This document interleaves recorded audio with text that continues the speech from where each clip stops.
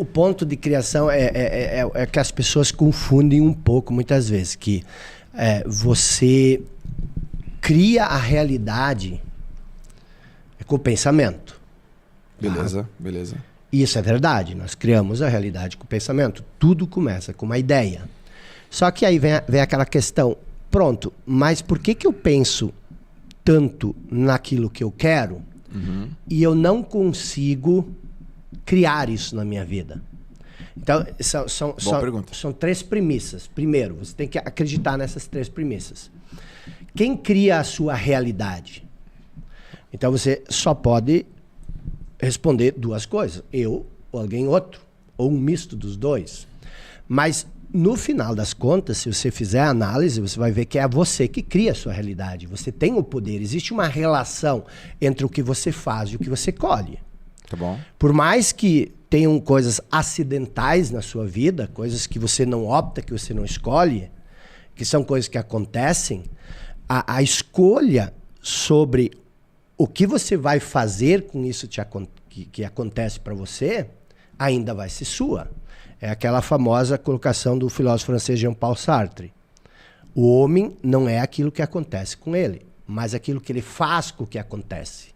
Então não importa como você nasceu, o lugar onde você nasceu, a educação que você teve, os abusos que você sofreu na infância.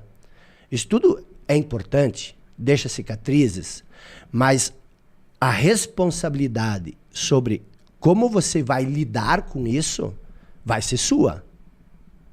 Então tu não pode usar isso como justificativa pela tua infelicidade, pelo teu fracasso naquilo que você deseja na vida. Por quê? Porque você tem opções, você tem escolha, por mais dolorido e marcante que isso seja. Então esse é o primeiro ponto. Você cria a sua realidade. Okay. É você. Aí o segundo ponto que você tem que se perguntar, ok, se eu crio a minha realidade, como eu crio ela?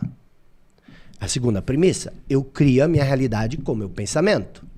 Então, se é você que cria a sua realidade, se você cria a sua realidade com o pensamento, terceira questão que você tem que fazer é o seguinte, mas eu sou livre para pensar naquilo que eu quero? Putz, aí pegou. E aí você vai pensar o seguinte, cara, tá o Joel, tá o Jacob falando aqui, e tá uma conversa boa, mas eu tenho total liberdade de pensar no que eu quero. Eu não preciso concordar com o que o Jacob fala, eu não preciso concordar com o que o Joel fala. Então, nós temos controle total sobre o nosso pensamento.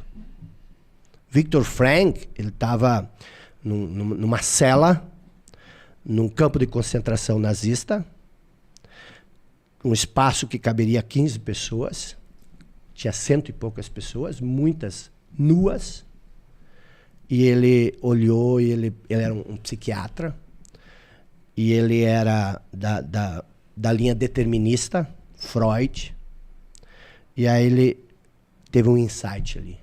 Cara,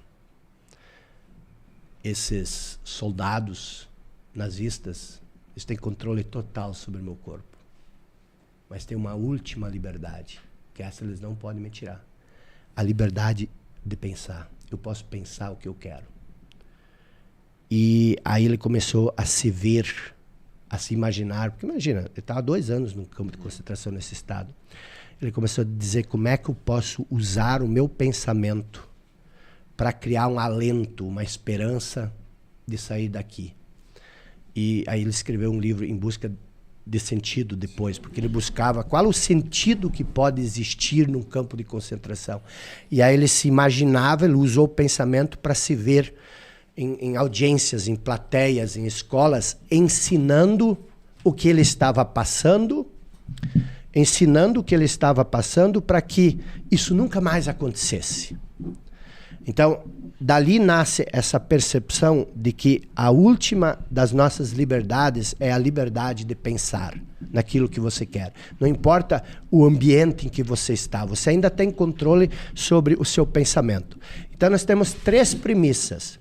Você cria a sua realidade, você cria a realidade com o pensamento e você é livre para pensar naquilo que você quer. Mas aí, vem uma outra pergunta.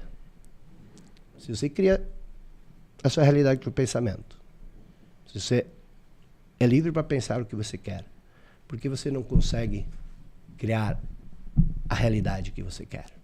É a pergunta que eu ia te fazer. É. E ali entra a questão. Você é livre para pensar no que você quiser. Mas raramente nós usamos esse poder de escolha.